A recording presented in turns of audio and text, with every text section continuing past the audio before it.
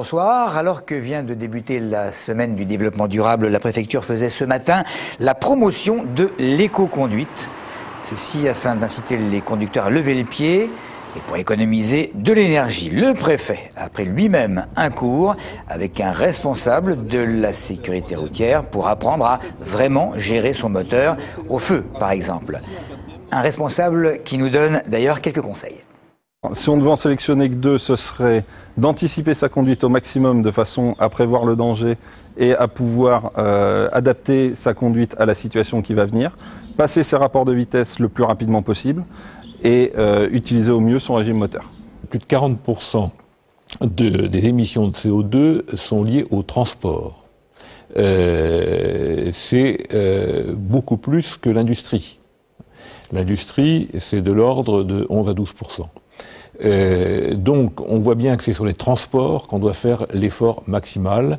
Sur les transports d'une part, sur l'habitat d'autre part. C'est sur ces deux domaines que nous ferons des économies d'énergie efficaces et que nous réduirons notre consommation et que nous améliorerons la situation des ménages également qui ont des budgets extrêmement serrés dans cette période. La dépénalisation du cannabis est devenue une question de santé publique. C'est un livre du maire de Saint-Denis qui le clame. Le livre sort demain, il est d'ailleurs co-signé par un ex-policier. Bref, pour lutter contre les trafics, il faut dépénaliser, il faut donc légaliser. Bonne ou fausse idée, c'est la question posée à un groupe d'Essonniens. Je suis absolument pour légaliser. Vous connaissez bien, je pense, le politique aux Pays-Bas. Et depuis, nous avons légalisé le cannabis. Il y a moins de criminalité dans le marché noir. Après, je pense que c'est la porte ouverte à n'importe quoi. On peut commencer par le cannabis et puis après on peut dériver sur d'autres drogues comme l'ecstasy ou la cocaïne ou n'importe quoi. Donc. On devrait dépénaliser mais pas légaliser parce qu'après les jeunes, en fait dans le cannabis il y a un peu d'interdit donc les jeunes ils risquent de chercher plus loin dans les drogues dures. On parle beaucoup du cannabis, mais les cigarettes, alors bon, on veut supprimer les cigarettes et par contre on va légaliser le cannabis. L'alcool est légal, le tabac est légal et c'est tout aussi nocif pour la santé. C'est un produit dangereux, hein. Vu les accidents de la route que ça cause. C'est la porte ouverte à beaucoup de choses après, donc non.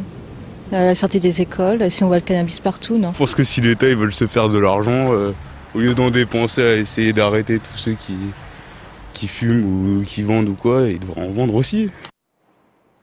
Le fameux débat sur la laïcité à présent, c'est demain qu'il devrait se dérouler à l'initiative de l'UMP. Nathalie Kosciusko-Morizet a laissé entendre qu'elle passerait et qu'elle attendait des réponses concrètes comme, a-t-elle dit, sur la question des cantines scolaires, un sujet auquel on est confronté comme élu local, c'est expliqué la ministre, par ailleurs maire de Longjumeau, Nathalie Kosciusko-Morizet évoquant des enfants qui refusent de manger du hachis parmentier sous prétexte que le bœuf n'a pas été égorgé comme il faut. Par définition, la purée n'est pas séparée du reste et résultat, ce sont des enfants qui ne déjeunent pas, ce qui n'est pas possible. Fin de citation.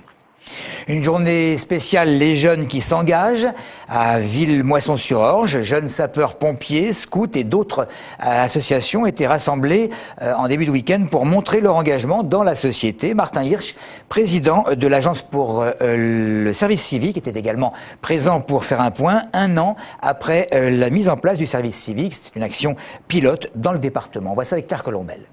Sapeurs-pompiers juniors, scouts, membres du conseil municipal des enfants, tous ces jeunes bénévoles ont donné encore un peu de leur temps samedi pour présenter leurs actions à l'occasion de la journée Les Jeunes s'engagent. En 2011, année européenne du volontariat, la mairie de Villemoisson a voulu mettre ses volontaires à l'honneur.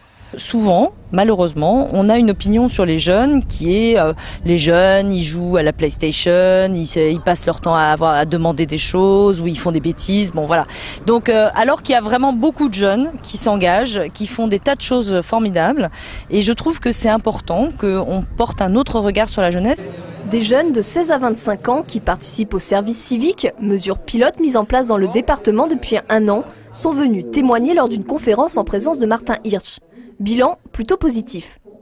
On est très contents et très ravis non seulement de les accueillir en mairie, mais après quelques mois d'opérationnalité, je peux vous confirmer que c'est une excellente initiative, quelque chose qui fonctionne très bien. On sait déjà que ça va parce que le service civique, ça a démarré dans toute la France maintenant.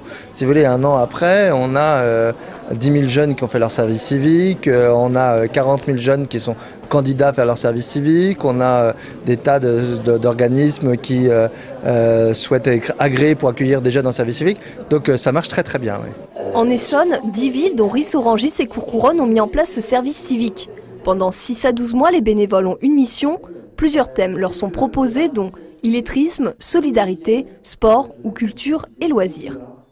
Et on revient au volant. Gardons le volant en main. 1 200 € pour passer le permis de conduire, une somme quand même énorme pour certaines familles. Les jeunes n'ont alors qu'une seule solution pour se la payer, c'est de travailler. Alors à 18 ans, c'est pas toujours évident. La mairie d'Hyères a donc décidé de mâcher le travail, si je puis dire, avec un dispositif unique qui s'adresse à tous les 18-19 ans de la ville. Coup de pouce au permis de conduire. 500 € pour passer le permis de conduire contre 70 heures d'activité d'intérêt public dans un des services municipaux. Le troc semble équitable. Nicolas Dupont-Aignan, maire de Hyères, vient de mettre en place ce programme intitulé Coup de pouce au permis. Et tous les jeunes de 18 ans peuvent en bénéficier. Nous sommes la seule ville de France à l'offrir à toute une classe d'âge, c'est-à-dire un potentiel de 350 jeunes par an de 18 ans, c'est-à-dire l'année de leurs 18 ans. Alors bien sûr, tous ne vont pas y participer, mais nous avons prévu 200 périodes de 15 jours dans les services municipaux tout au long de l'année, de manière à ce que les jeunes travaillent vraiment. Il ne s'agit pas de s'occuper. Tous les services municipaux, espaces verts, propreté, jeunesse, social vont accueillir ces jeunes.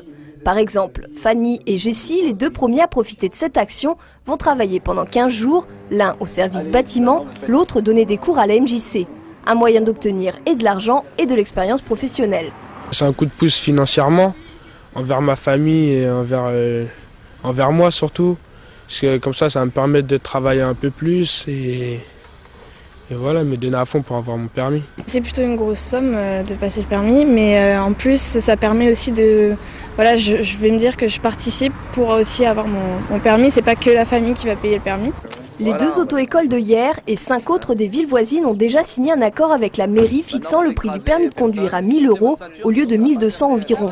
En passant par ce programme, les jeunes peuvent obtenir leur permis de conduire à moitié prix. Et on termine avec le sport du week-end sous la caméra d'Olivier Roche. L'Olympique lyonnais connaît désormais le goût de la défaite. Invaincus cette saison, les Rodaniennes se sont heurtés à une très belle équipe de Juvisy hier au stade Maquin pour les quarts de finale du Challenge de France.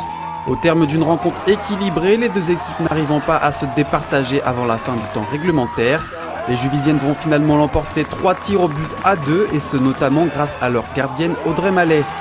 Les joueuses de Sandrine Mativet affronteront Montpellier le 1er mai en demi-finale. En CFA2, pas de vainqueur dans le derby francilien qui opposait Sainte-Geneviève à la réserve de Créteil.